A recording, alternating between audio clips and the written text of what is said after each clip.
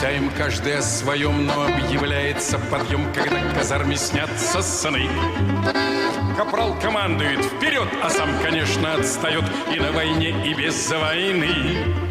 Молитвы знаем на зубок, но больше верим в котелок, в котором булькает крупа. Девчонки, с нас не сводят глаз, сегодня с нас, а завтра с вас любовь, а она слепа. Как хорошо быть генералом, как хорошо быть генералом. Лучше работы я вам сеньоры не назову. Буду я точно генералом, стану я точно генералом, если капрала переживу. В субботу нас под барабан выводят строем в Кегельбан, а впереди капрал идет. Но все равно не зря распахнуто окно, в котором нас улыбка ждет.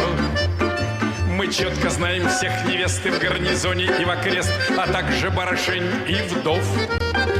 Но лично я для рандеву ищу веселую вдову 17 годов.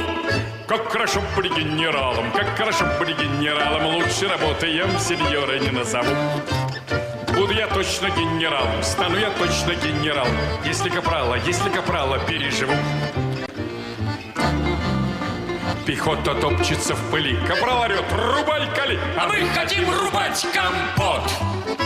Капрал, голубчик, не ори ты, отпусти меня к Мари, пока еще девчонка ждет. А впрочем, черт тебя дери, не отпускай меня к Мари, а через 90 лет тебе, капрал, за долгий труд штаны с лампасами сошьют, а может быть и нет.